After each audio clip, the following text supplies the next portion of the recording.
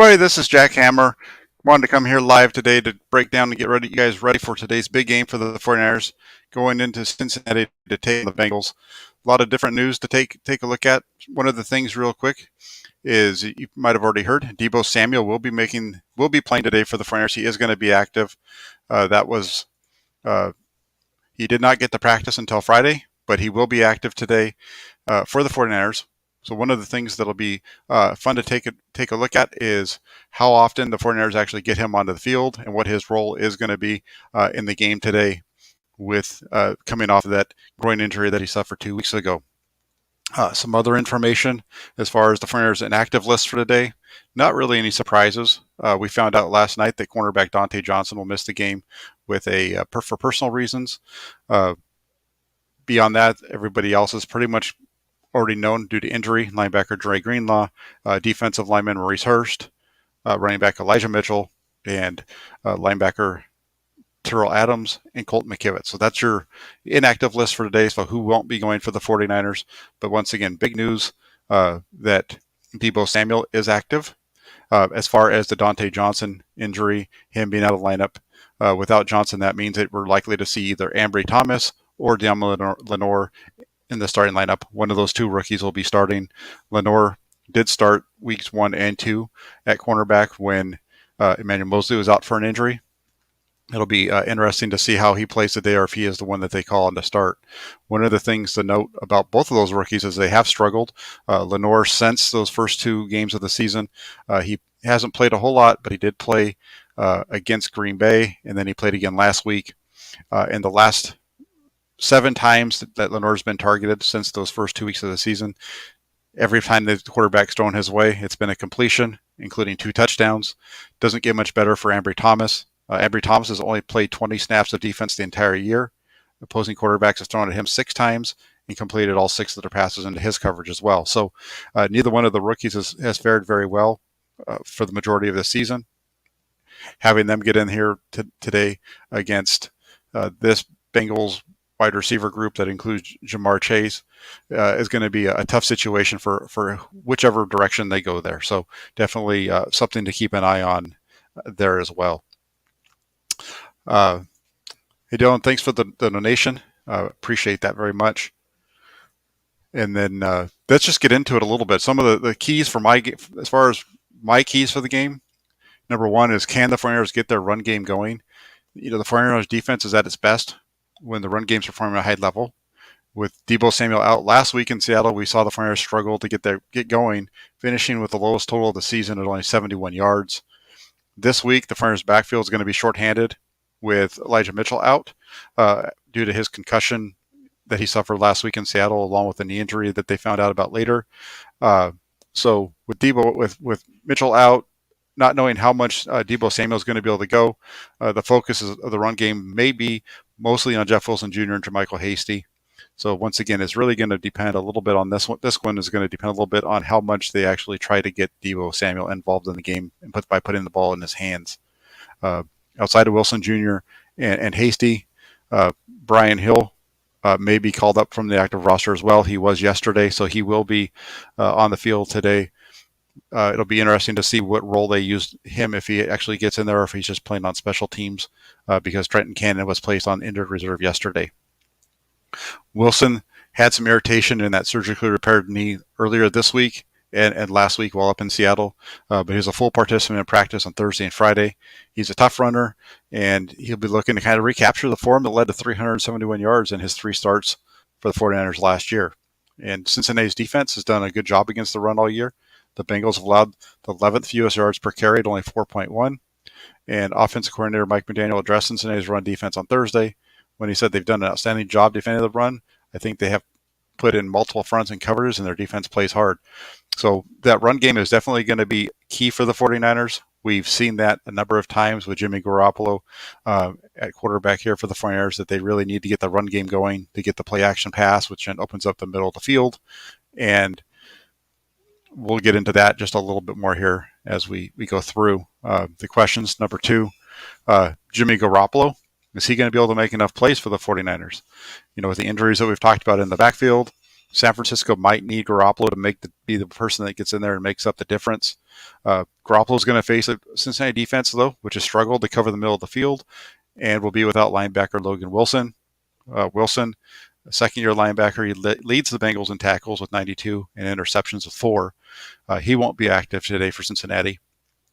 This all should help out Garoppolo, who's at his best when working between the numbers, especially in that 10 to 20 yard range, where he has a passer rating of 127.4 here in 2021. So the Bengals struggle in covering the middle of the field. Garoppolo is at his best throwing over the middle of the field.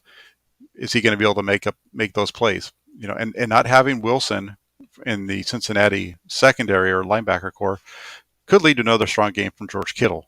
The All-Pro tight end had 181 yards and 2 touchdowns last week in Seattle. His best performance of the year. Definitely should have some opportunities to touch the ball in some way, shape, or form this week, and I'm pretty sure that he's going to be looking forward to that. And then also don't forget about Brandon Ayuk. Ayuk's been strong with 346 yards and 2 touchdowns in the 49ers' last 5 games. He also does a good job over the middle. The 49ers really like to, again, the 49ers passing offense with or without Jimmy Garoppolo really has a lot of in-breaking routes, and this game really sets up for their passing game to be strong. Question number 3, will the 49ers secondary overcome injury to Emmanuel Moseley? This is a big question, the biggest one. We talked about a little bit at the beginning of the show here. The 49ers are going to be without their best cover corner. Seattle wasted little time taking advantage of Moseley's injury last week, completing all 4 passes against the coverage of rookie Dominic Lenore, including a touchdown.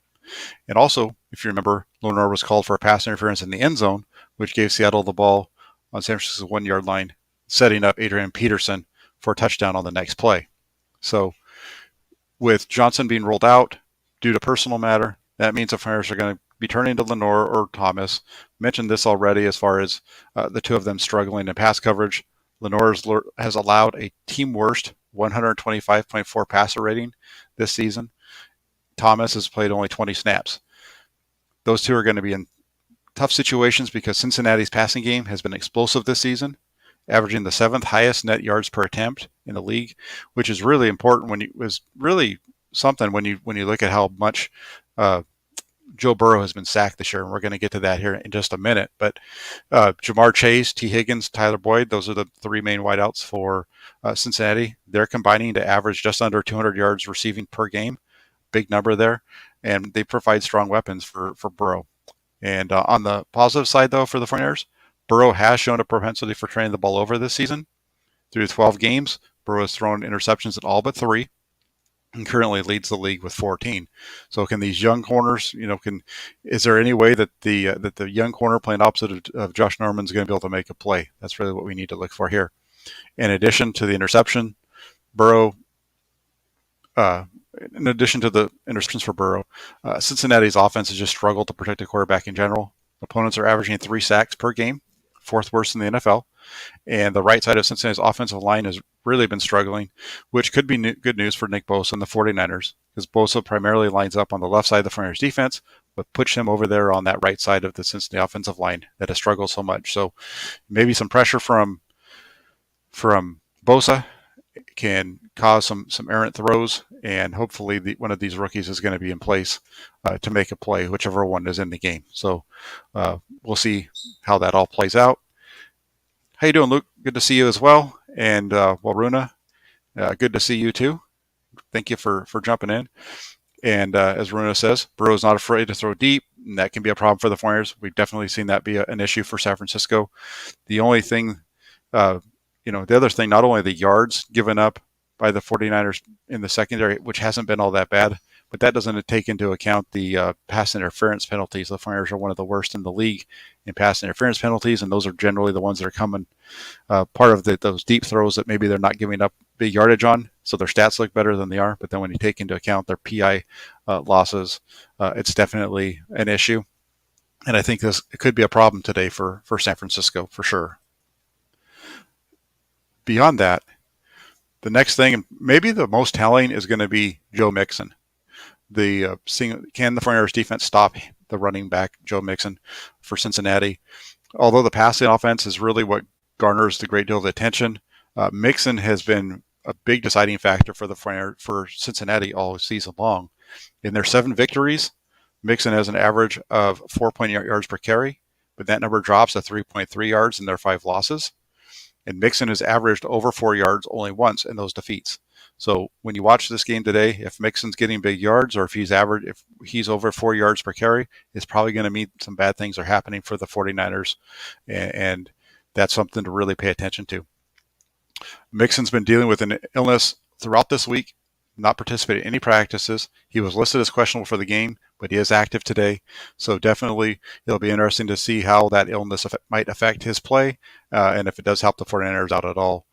Definitely something to keep an eye on, though. If I was to give you one key for the 49ers defense, it's going to be, can they shut down Mixon and make it so that Joe Burrow has to beat him with his arm? Because although Burrow and that offense is really good, it's similar to the 49ers in that a lot of things are coming off of their run game.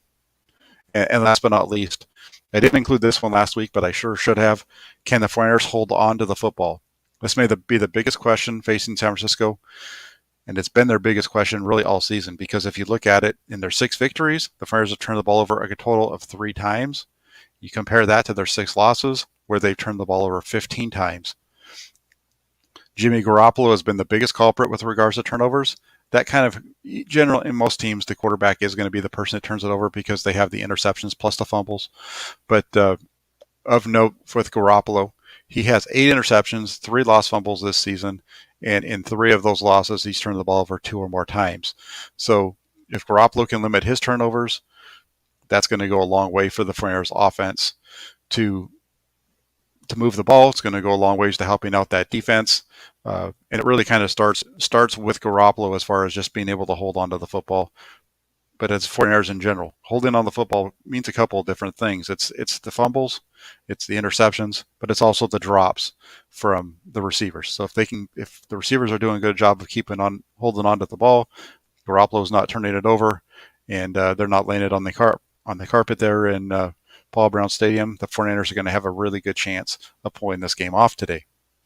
As far as for my prediction, I'm going to stick with what I had said earlier in the week when I did the Hammer and Nail show on Thursday. What I said there was, if the 49ers can score 27 points, they're going to win.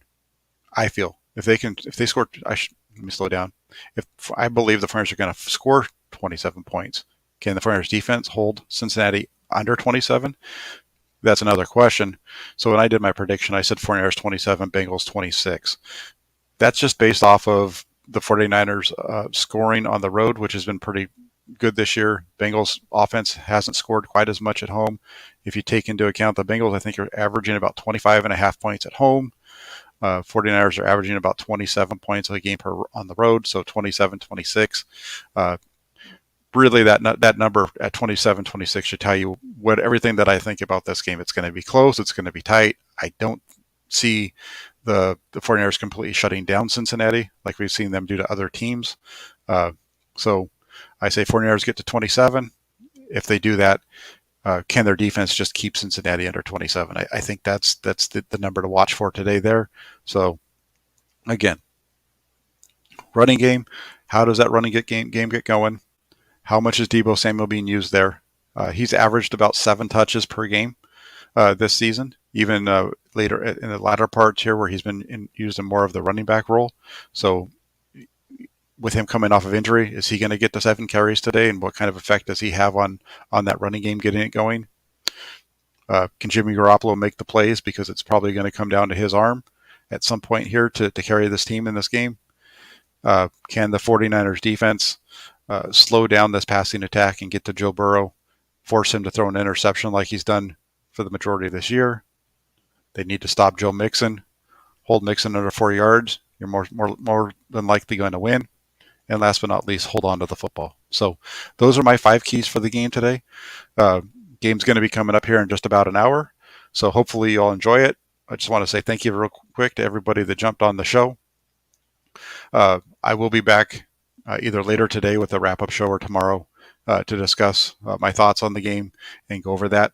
Please, I will be jumping from here onto a live blog that I have over at the Press Democrat, Santa Rosa Press Democrat. So You can follow my thoughts throughout the game over at 49ers.pressdemocrat.com. Once again, that website is 49ers.pressdemocrat.com. So join us over there. We'll be keeping you updated live throughout the game. If you enjoyed the show, if you could please hit the like button, subscribe, comment, all those types of things, it'd be fantastic. Really appreciate you joining today, and we'll be back at you later. Have a great Sunday, everybody.